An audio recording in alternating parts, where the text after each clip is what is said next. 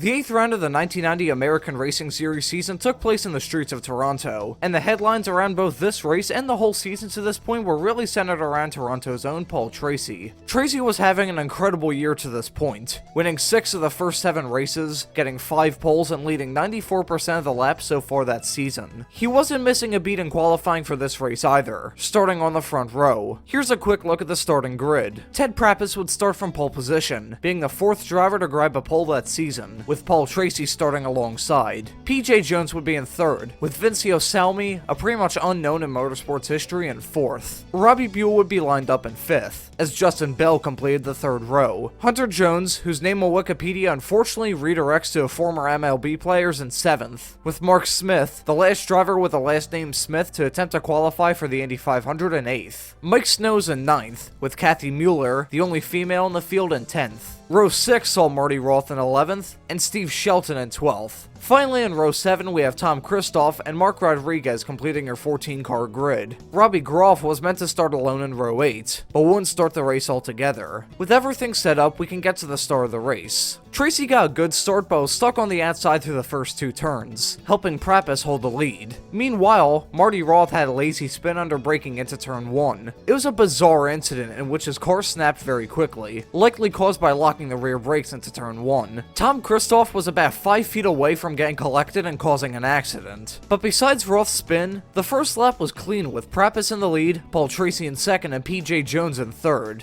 It didn't take too long before Tracy was tired of being in 2nd, so he went for the move. It was a ballsy move, and very on brand for Tracy. As Prappis was hung out to dry when Tracy got by, PJ Jones would get by Ted a corner later, holding 2nd for a while before Prappis came back at him about 2 laps later. As Tracy pulled away from 2nd and 3rd, the first incident of the day occurred. It was Mike Snow, who pulled into the runoff area of turn 3 with a battered left rear. It was a tough break for him as he was off the back of a podium the race prior, and was running snugly in the top 10. No replay was shown of the accident, but it's believed he hit the outside wall of 2 before stopping at the end of Lakeshore Boulevard. It wouldn't be the last incident in turn 2, as a couple laps later, another crash took place. Hunter Jones lost control going into turn 1, nearly spinning before driving onto the dirty part of the track, mashing the gas and spinning right into the path of Steve Shelton, who would auger straight into the concrete walls as a result of the contact. Jones would be able to continue, while Shelton would be out of the race. After just 5 laps under full course yellow, the race would be restarted with Tracy in the lead still, and Marty Roth spinning for a second time farther in the back. Now for those of you who may be a bit confused, yes, this is the same Marty Roth that raced an IndyCar in the mid to late 2000s. This was his first stint in racing, and even back then he was one of the older drivers on the grid. Getting back to the front, there wasn't much going on as Tracy led a 4-car group of himself, Ted Prappis, PJ Jones, and Robbie Buell. Here's a strange note. Prappis' sponsor for most of the season was a Say No to Drugs program. I actually remember my old elementary and middle schools having a similar program. They kind of stopped after 6th grade, so this would have been in the 2016-17 school year when that program got phased out. Maybe they should have had that program for a bit longer, because as soon as I got to high school, kids were smoking the good stuff in the bathrooms. I could go on for a while about school stories, but now is not the place for that. That is unfortunate though, as those stories would probably be more entertaining than the race's second half. In this stretch of the race, there really wasn't much going on outside of the field spreading out, some overtakes off camera, and a little detour for Mark Rodriguez. But that spin for Rodriguez was the end of the boring part of this race, as the camera soon switched to the battle between Robbie Buell and PJ Jones for 3rd.